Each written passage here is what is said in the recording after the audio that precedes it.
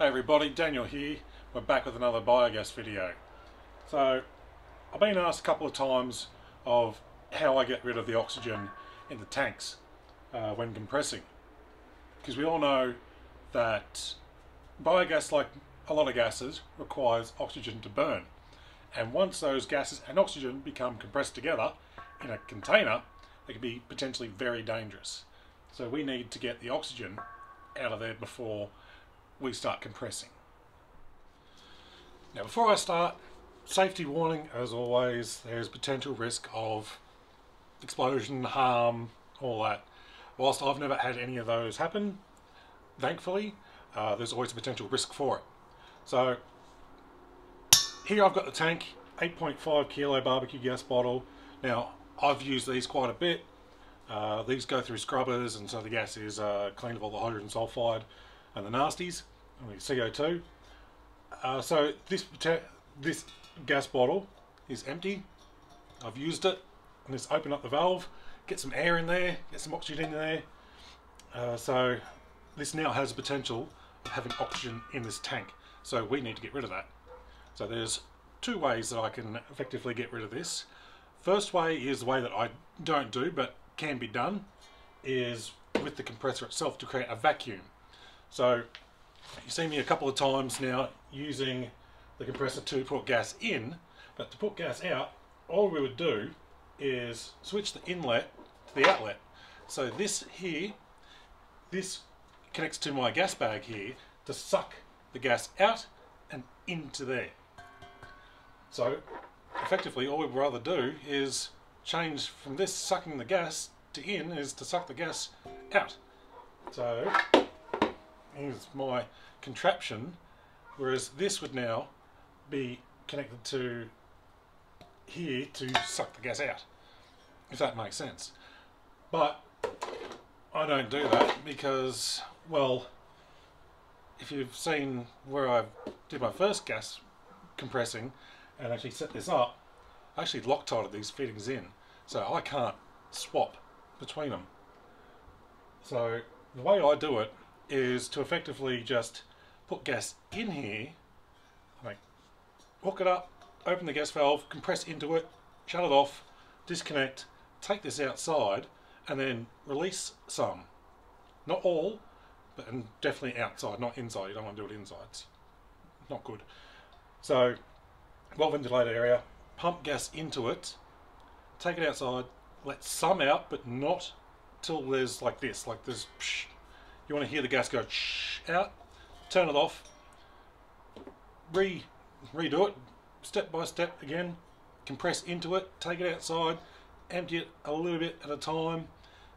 Just you want to try and flush that oxygen out, so it's effectively just biogassing in now. So I'm going to give this a go anyway, so you can see it firsthand. So as I said, this is completely empty, empty, empty. I'll just do it back up, and we're going to do what I just said. Down here you can see this is where my hose goes into my gas collection bag. So I've turned the gas valves off at the digesters, so now I can just turn this one, disconnect. Oh, it's cold, so it's very tight. Now this is the inlet from the compressor. Now I can put that in, turn the gas valve to open.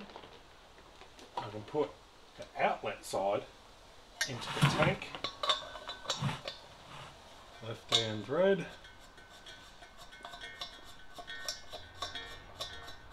that nice and tight, and then open that valve. Now I've had a lot of people say, oh, you know, you're going to get oxygen into here and you're going to explode yourself.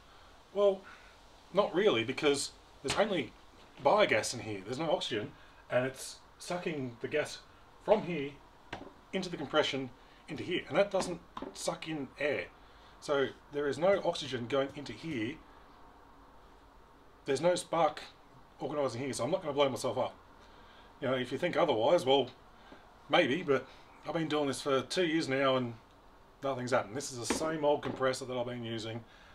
There's no oxygen, no oxygen, no oxygen. It's not going to burn with that oxygen. So anyway, that little rant over. valve's open, that's open, this is open, and we're going to start getting compressing, so it's going to get loud.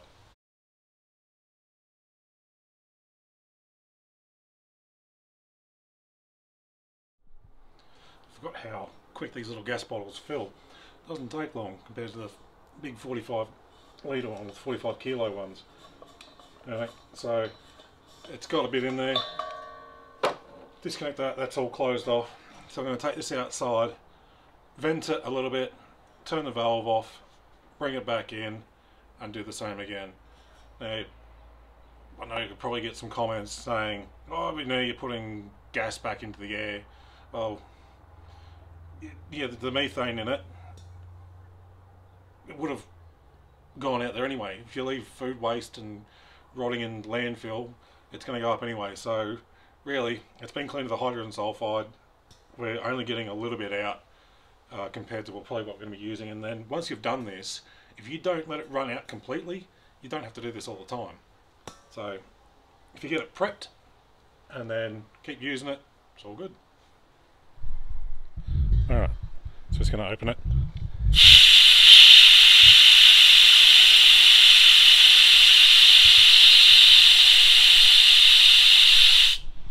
That'll probably do, and then we get it another time.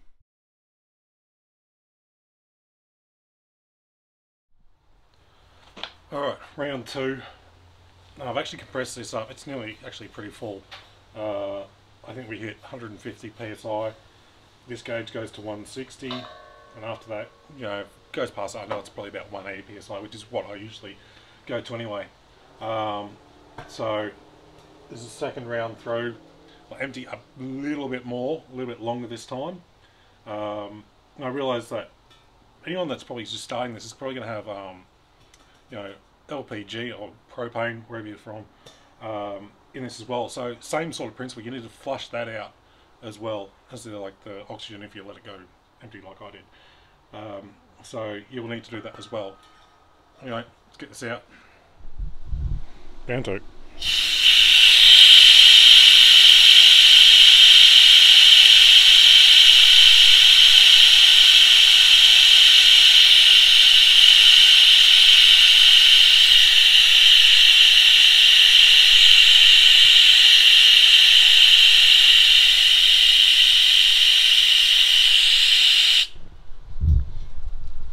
Okay. For the sake of repeating myself and doing the same thing on camera, if I was really worried, I'd probably do that 2 more times, just to make sure it's all flushed, and then that way you can pretty much guarantee it's going to be just biogas in there. And look, if there is a bit of oxygen there, it's not really going to worry that much, because I think the mixture rate that it needs before ignition is quite substantial. So even if there's a little bit of oxygen there, it's not going to happen. It's not going to blow up.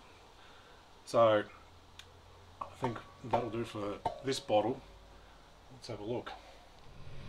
The bottle is just being compressed up to the 160 psi mark, and I thought I'd just put it into use. So I got it hooked up to the Renai Ultima 2 again. And you can see, burned away nicely. Got nice heat coming off it. So obviously that bottle won't last overly long, that's why I need the big bottles. But there you go, we prepped the bottle, we got it working. I think that's a good success. Well everyone, thanks for watching. Good just to share a bit more information, especially people have asked for it. So anyway, a bit of an update on the tanks. Coming into winter, the tanks slow down quite a bit, especially where we are, it gets to -7. And to keep the tanks operational, we need to heat them up. So if you know the temperature ranges, like the thermophilic, mesophilic, use the aquarium heaters to do that. But I've actually stopped feeding the tanks. So what I'm going to do for the next video, or should be probably next video, is we're actually going to empty the tanks. One, because it is winter and I don't have that much stuff to feed it anymore. We're not very wasteful, and the neighbours that we had to get us food have moved out. 2 is I'm actually moving, so I'm going to take these with me. If you're familiar with the channel and watch the irrigation video, it's where I put in all those trees. So we're going to take these 2 tanks up to the coast, and plus it's subtropical up there, so probably won't need to use it for heating, but I'm going to have a lot more trees there, so a lot more use for the liquid fertilizer, and a bit more forgiving with the temperature range of the tanks. So we're going to empty out both tanks, and I'll show you what comes out of it, and then when you do the move we'll get them set back up, and we'll probably do a video of that like day by day or the week, because it should take about 3 weeks or so to get started. So I've got to find some with some cow poop that's willing to share. So anyway guys, thanks again for watching. I hope this helped, and see you next time.